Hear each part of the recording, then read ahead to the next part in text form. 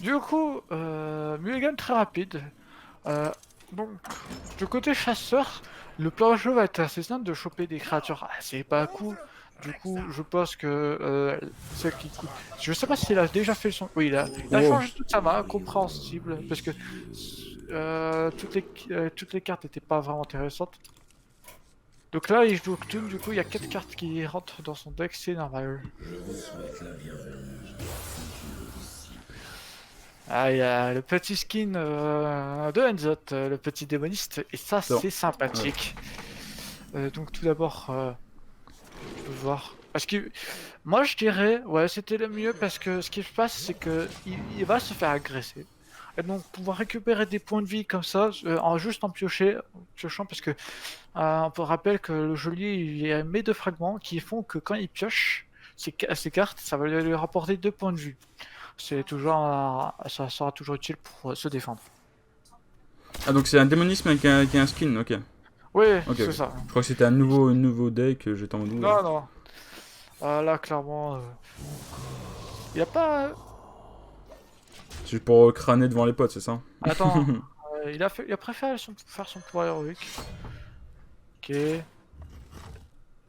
Du coup, là, il fait son arc. Plutôt classique, mais toujours pas de serviteur. Ah, ça, je pense qu'il faudrait qu'il joue son pogoteur. Ça peut être intéressant.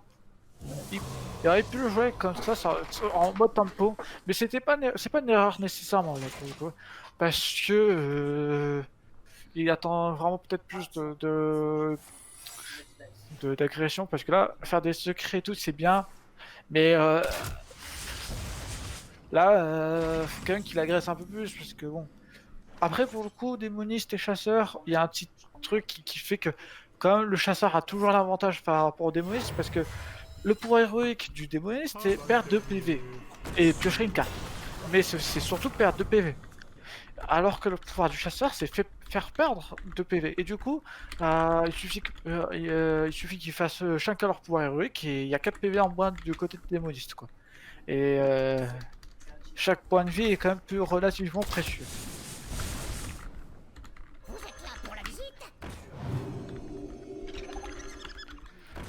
Euh, Là, il commence à poser des créatures. C'est pas ce qu'on appellerait une agression vraiment, parce que bon, C'est des chiens, quoi, c'est des... c'est un quoi, c'est je veux pas. Voilà. Là, il va commencer à taper. Il tape pas. Il tape pas parce qu'il a peur d'un piège givrant. Donc, Et c'est quoi? C'est... piège givrant qui fait renvoyer la carte dans la main. Ok. Et fait qu'elle coûte 2 de plus, 2 mana de plus. Et du coup, il préférera le faire sur la cracheuse de feu au cas où. Même si on sait que c'est pas ça, que c'est une plaque de pression. Qui fait que quand il joue un sort, ça détruit un serviteur aléatoire. Et ça, je pense il faut qu'il essaye de s'en méfier parce que perdre une 7-8 sur ça, il va check, il va voir que c'est pas ça, du coup il va peut-être parce que là il y a quasiment que des stars, ça a envie de lui tenter de.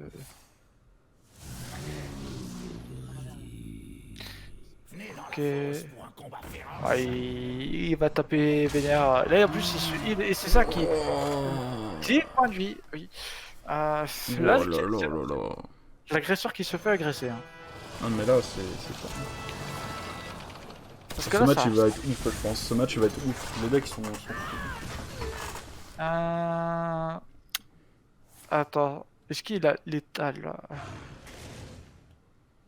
Ah non. Il a pas de carte pour faire des dégâts directs. Il a Mais là, clairement, un buveur du vide, ça peut être sympa. Après, il peut faire un sort parce qu'il je pense qu'il sait quel est son secret. Et que s'il joue le sort, au moins ça va tuer une 3-4 et pas une créature par exemple, il fait un buveur du vide. Vaudrait mieux pas perdre un buveur du vide que là, une 3-4. Bon, c'est un peu. C'est pas très grave. Du coup, elle a Ok. fait petit œil de Cthulhu. Ouais, pas très bien là. Surtout que c'est l'électrice vorace. Bon. T'as dit qu'il est en train de... C'est un Toon Mecha, c'est ça? Mecha Toon? Non, non, il y a plus. C'est plus ça. Aujourd'hui, c'est juste un Cthulhu. C'est un autre Cthulhu qu'ils ont ajouté récemment. Cthulhu le brisé. En gros, il affiche 30 points de dégâts répartis de façon aléatoire entre tous les adversaires, mais en fait, il commence brisé. Et en fait, il faut qu'il joue les 4 cartes de Cthulhu pour pouvoir le jouer derrière. D'accord. Et s'il arrive à voir ça, 33 points de dégâts, je veux pas... Faut faire un dessin, mais c'est fini. Ah là, avec 9 PV, oui, c'est fini. Mais bon, dans Hearthstone, tant que ce n'est pas terminé, ce n'est pas terminé. Donc, Là, normalement, il fait givrant, du coup. Il a doublé son Cicatus. Donc c'est la légendaire pour 6, ce qui fait que ça retire les 5 cartes au-dessus du deck. Et en corruption, ça les retire. Et ça retire ceux de l'adversaire à la place. Donc ça permet de... C'est pas ultra utile. À vrai dire, c'est un démon qui est sympa parce que c'est un bon body déjà pour 6. Ça fait une 8-8. Ce qui est très bon. Après, l'effet en plus est quand même plutôt secondaire en général. Parce que, enfin, sauf contre un autre deck contrôle, c'est bien, mais là, dans ce cas-ci, c'est pas intéressant. Là, il va pouvoir attaquer pour activer le piège givrant, du coup. Et du coup. Il est 2 PV en moins. Il s'est gagné, hein.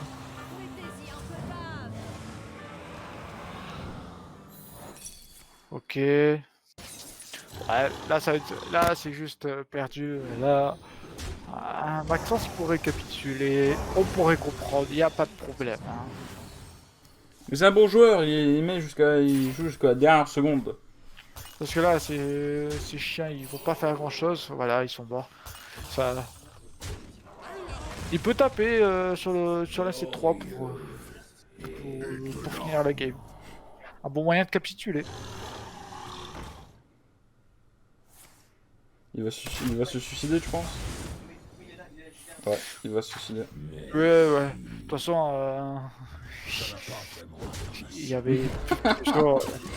Il s'est fait agresser très rapidement. En fait, il s'est fait juste agresser ultra rapidement et que derrière, il a mis aucune pression face à son adversaire et ça c'est problématique. Du coup, voilà. On va pouvoir leur dire qu'ils peuvent go très rapidement. Ah oui, direct. Là, tout est prêt, j'ai eu le temps d'anticiper. C'est fou. Pour une fois. Attends, je vais leur dire dès que... De capituler, je crois que t'allais dire. Hein. Je vais leur dire capituler. Ah, On n'a pas le temps là. Putain, par contre, ça a été rapide, 10 minutes le match. Ça se voit que, genre, tu sais, j'ai l'impression que plus haut niveau, ça va plus vite les matchs. Je sais pas si c'est. Non, c'est plutôt selon si le deck est plutôt agressif. Voilà. C'est un deck agressif, parce qu'en général, c'est un deck agressif.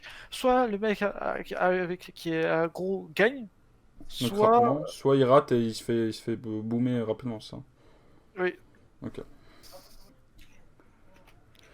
Donc là, tu penses qu'ils vont. Rappelez bien qu'ils peuvent changer de deck entre les manches, hein, s'ils veulent. Ou le garder. Ouais. Lui, il peut faire ce qu'il veut, du coup, il peut garder son chasseur ou il peut changer avec son autre deck qui est. Que je me rappelle. Attendez. C'est un peu. Il jouait pas druide, chasseur druide. Non, c'est chasseur paladin. Paladin, my Et bad. pour le delta, il peut jouer, il a le chaman. Donc Ok. il peut changer. Donc toi, tu penses que, vu que tu connais le jeu, est-ce que tu penses qu'ils vont changer de deck ou pas?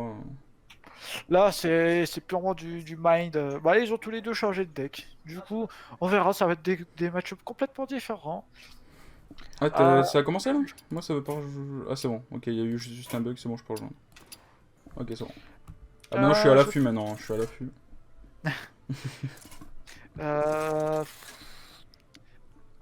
En soi, c'est encore une fois un deck qui va. En fait, là, Match arrive. maintenant c'est Delta qui va agresser.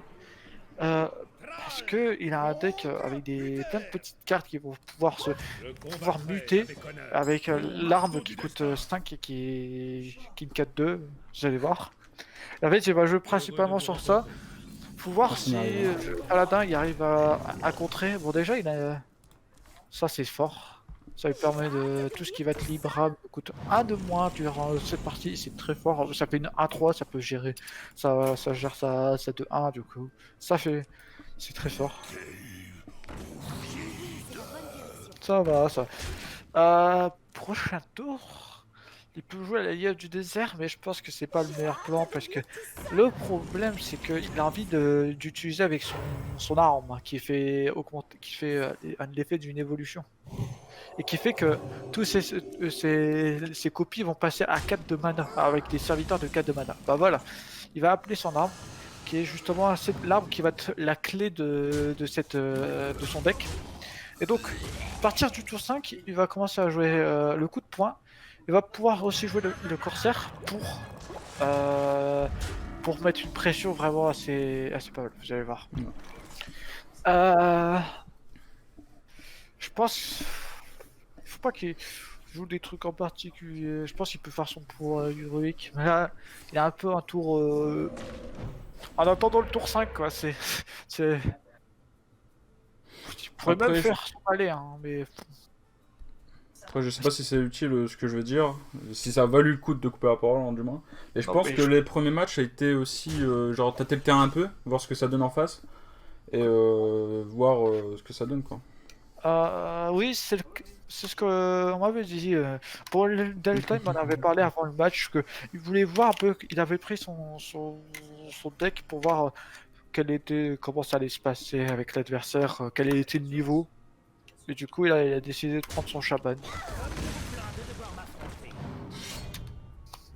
Du coup, je sais pas. Je pense que il aurait pu garder s'il était contre le chasseur, je pense. Le démoniste c'était peut-être meilleur, hein, je pense. Mais je suis pas sûr. On va voir ce que ça donne, même si bon, Maxis Là, il avait pas on va voir gros ce qu'il va là. changer. Serviteur de 5 mana. 5-5, c'est ok, il va pouvoir la tuer malgré tout, le Maxence. Pour éviter qu'elle évolue davantage. Mais prochain tour, ça va faire mal du côté. Il va pouvoir faire. C'est le dieu du désert il va en faire 3. Et il va pouvoir les faire évoluer, du coup, faire 3 serviteurs de 4 de mana. C'est pas mal, c'est pas mal. Oh, encore faut-il qu'il y ait un peu de régit, mais bon. En tout cas, ça clean hein, le board hein, du côté de Maxence. Ça Ouais. prend vraiment zéro risque que ça clean. Ça aime bien avoir le board, ça aime bien agresser, ce que j'ai cru comprendre du côté de Maxence. Là, il peut clairement faire petite lièvre du désert, gardien, et puis après, avec les cartes qu'il aura fait évoluer, mettre le balai animé. Comme ça, il va donner ruer à tous les serviteurs et pouvoir tuer et pouvoir prendre le board, le plateau de jeu à son avantage. C'est ce qui fait. Le niveau est un peu mieux que l'autre partie, hein, tu vois.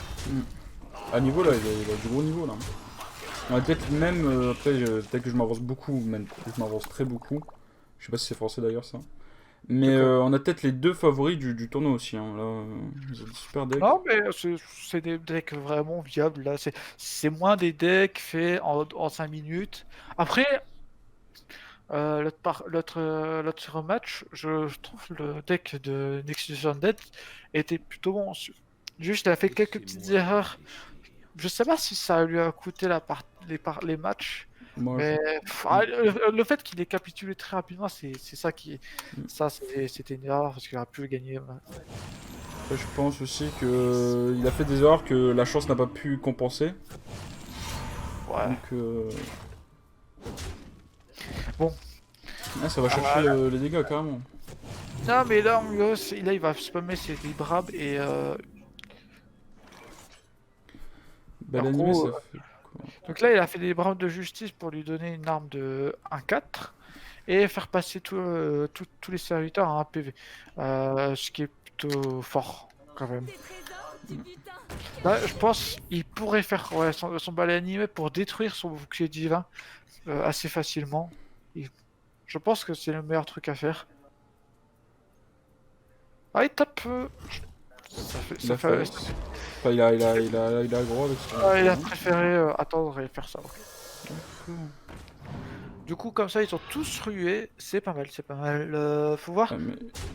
Du coup, il va pouvoir trade, mais en sachant que là, il a plus trop de trucs dans sa main. Il a, certes, il va pouvoir avoir une 5-5 qui va pouvoir buff avec son libre de sagesse. Du coup, ça va être une 6-6 plus le main d'Adal qui donne plus d'un serviteur. Donc ça va le faire passer à 8-8. S'il met tous les buffs, en plus ça lui fait piocher, du coup, je pense que c'est ce qu'il va faire. Ah oui, ouais, il doit faire consacration plutôt. Donc ça lui enlève toutes les cartes à part une qui est pas enlevée, d'accord.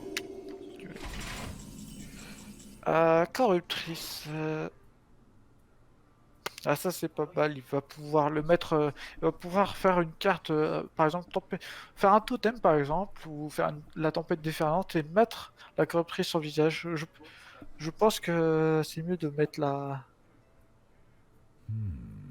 Ah, je dirais que tu fais le totem et tu mets corruptrice et puis après tu mets tempête déferlante. Et comme ça après tu rebuffes tout, tu n'oublies pas de taper avec ta 5-3. Mais après, il peut mettre là, il peut mettre quand même déjà 9 dégâts face. Et je pense que c'est ce qu'il faudrait qu'il fasse. Parce qu'il faudrait pas qu'il trade. Je pense Sculpte Cher Mugu, ça c'est qu'une créature à 9 de mana, c'est intéressant. Mais ça vaut pas le coup de le faire ici. Il est très hésitant, je pense pas que c'est le plan de. Il faut qu'il. Ok, il préfère garder son plus. Je comprends le move parce que. Ouais, il met two face et ça fait plaisir.